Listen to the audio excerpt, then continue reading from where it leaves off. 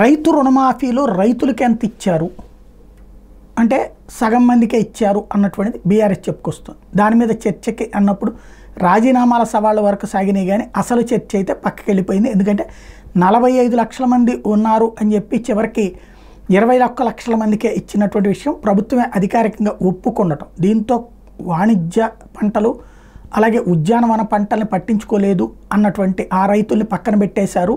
దాంతోపాటు కౌలు రైతులను కూడా పక్కన పెట్టేశారు అన్నటువంటి చర్చ నడుస్తోంది.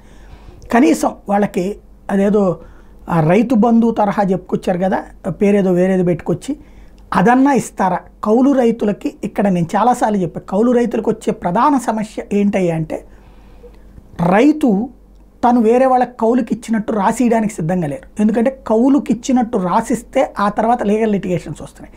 అలా రాసియకపోతే కౌలు అనేటటువంటి వాళ్ళకి ఆ డబ్బులు పోవు.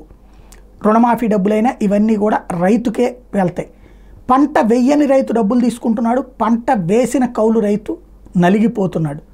ఈ నేపథ్యంలో దీనికి ఏంటి పరిష్కారం అన్నది ఏమన్నా తయారు చేయగలరా ఆలోచించుకోవాల్సి ఉంది.